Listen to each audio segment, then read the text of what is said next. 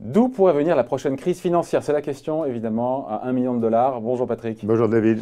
Patrick Artus, chef économiste chez Natixis. Alors c'est vrai que beaucoup de gens loupaient la dernière récession, la dernière crise, en tout cas crise financière. Et depuis, il y a un super cycle économique ou des marchés qui s'étire. Et donc, on cherche tous, on guette tous les signaux avant-coureurs. Et puis on se dit, bah, tiens, ça pourrait venir peut-être, voilà, on entend toujours les mêmes histoires. La Chine, les émergents, le dollar, vous n'êtes pas convaincu que ça viendra de là, vous, hein? Je crois d'abord qu'il faut partir d'une analyse simple qui est quels sont les morceaux de la finance qui grandissent encore. Et quand on regarde, on voit que ce qui avait causé la dernière crise, c'est-à-dire l'endettement privé dans les pays de l'OCDE et les banques, ce qui va ensemble, est en train de maigrir. Les bilans des banques diminuent, la dette privée, en tout cas en pourcentage du PIB, se contracte. On entend partout la dette mondiale augmente, mais sur la dette privée... Oui, alors la dette privée de l'OCDE, elle, se contracte. Après, donc, il reste 4 morceaux dans le reste de la finance, qui sont 4 morceaux en expansion. Donc, c'est ceux-là qu'il faut regarder. Alors, que la dette privée de l'OCDE se contracte nous dit que très probablement, la prochaine crise ne viendra pas du même endroit que la dernière, qui était une crise de la dette des ménages partant des États-Unis. Après, il reste les dettes publiques de l'OCDE, il reste les dettes des émergents, qui sont plutôt des dettes extérieures, et il reste la dette de la Chine, qui est plutôt une dette intérieure. La Chine, tous les ans, nous dit un jour, il y aura un truc qui viendra de là-bas. Alors, la Chine, il faut faire un peu attention, parce que la Chine est un pays qui a énormément d'épargne et qui a mis des contrôles sur les sorties de capitaux. Donc, c'est une espèce de cocotte minute. Cette épargne, elle est énorme, elle doit rester en Chine. Donc, elle est forcément prêtée à d'autres Chinois. Donc, elle est à l'abri, ils sont à l'abri d'une crise. Oui, mais quand vous avez beaucoup d'épargne et que vous ne pouvez pas la prêter au reste du monde, de façon inexorable, cette épargne est prêtée donc à d'autres Chinois, donc ça fait monter la dette de la Chine. Mais de ce fait, cette dette n'est pas très dangereuse, parce que c'est l'autre versant de l'épargne, vous voyez. Et elle n'est pas transmise au reste du monde, elle reste en vase clos. Non, la Chine est créditeur vis-à-vis du reste du monde, essentiellement par les réserves de change de la Banque centrale. Qui ont fondu. Et donc on a une situation où certes il y a de la dette, mais cette dette, à nouveau, c'est l'autre côté de l'épargne des Chinois. C'est beaucoup, beaucoup moins dangereux que ce dont on va parler maintenant, qui sont les émergents. Donc ils sont immunisés, les Chinois sont immunisés a priori contre même si on parle de l'emballement, encore une fois, de la dette, de l'immobilier. Ça peut être dangereux, mais c'est une dette, si vous voulez, à nouveau qui est locale et qui est inévitable. C'est-à-dire, si vous avez beaucoup d'épargne, forcément, cette épargne, vous les prêtez à d'autres dans le pays. Mais les ménages chinois sont solvables, ils n'auront jamais leur propre mais à nouveau, la Chine est globalement solvable, puisqu'il y a une énorme épargne. Mais épargne des entreprises, des ménages. Oui, mais chacun. Il y a beaucoup d'épargne des entreprises, il y a beaucoup d'épargne des ménages. Alors, il y a évidemment des endroits plus dangereux. Il y a ce que vous savez, les zombies entreprises, des entreprises zombies. Il y en a beaucoup en Chine, des entreprises qui survivent parce qu'elles sont portées par le crédit, par des taux d'intérêt bas.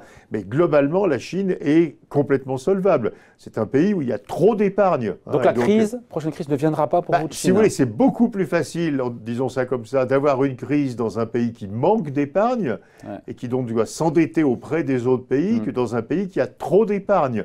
Et par exemple, dans un pays qui a trop d'épargne, le gouvernement peut toujours utiliser l'argent public qui peut facilement s'endetter, parce qu'il y a beaucoup d'épargne, et on peut facilement utiliser l'argent public pour recapitaliser les banques ou pour faire des plans de relance. D'ailleurs, les Chinois s'en privent pas. Donc la prochaine crise ne viendra pas, encore une fois, de la dette privée des ménages de l'OCDE. Probablement pas la Chine. A priori, pas la Chine. Bon, alors après, il reste, dans le très long terme... Mais mais je reste sur la Chine, on finit là-dessus, mais on clôt la partie Chine, mais si la bulle immobilière explose en Chine, il y aura comme des effets en conséquence, non? Oui, mais à nouveau, c'est géré. C'est-à-dire que quand les prix de l'immobilier ralentissent, c'est une économie qui est extrêmement bien gérée, et de façon intelligente et avec des instruments qui marchent. Quand les prix de l'immobilier accélèrent trop, ils serrent les conditions du crédit. C'est beaucoup plus difficile de s'endetter. Quand les prix de l'immobilier ralentissent trop, ils relâchent les conditions du crédit. Ils font beaucoup de ce qu'on appelle le macro-prudentiel, qui est de gérer les ratios des banques. Ce qu'on fait, nous, en zone euro, à la marge, de manière homéopathique. Minuscule, oui. Eux, ils le font vraiment, le macro-prudentiel. Ok, donc on oublie la Chine, on oublie... Alors après, je voudrais finir par le plus dangereux. Donc après, il y a les États-Unis. Là, le vrai sujet, c'est le rôle du dollar comme monnaie de réserve.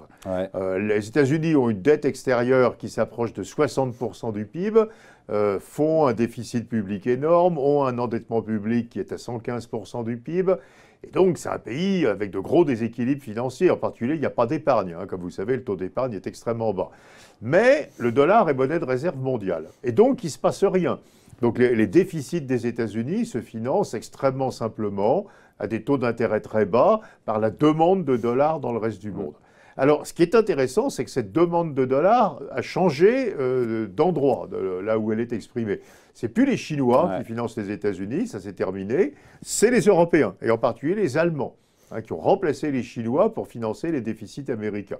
Donc l'excès d'épargne qui finance les États-Unis dans le reste du monde, c'est toujours les pays de l'OPEP, et puis c'est plus la Chine, c'est l'Europe, et en particulier l'Allemagne. Mais tant que le dollar est monnaie dominante, les États-Unis peuvent avoir ce déficit. Donc la question, c'est est-ce que les États-Unis pourraient un jour perdre le rôle de monnaie dominante? Voilà. Et la réponse est non, parce qu'il n'y a pas de candidat pour remplacer le dollar. Et voilà, par défaut. Par défaut. Donc pas le dollar non plus. Donc il reste Pardon, mais imaginons c'est la science-fiction, encore que non, un gros corporate, parce qu'on parle souvent de la dette, encore une fois, des entreprises aux États-Unis ou ailleurs. Un gros corporate qui fait défaut, qui est en difficulté. Oui, mais c'est la dette publique des États-Unis qui est la monnaie de réserve. Ce n'est pas le dollar qui est la monnaie de réserve, c'est la dette du Trésor des États-Unis.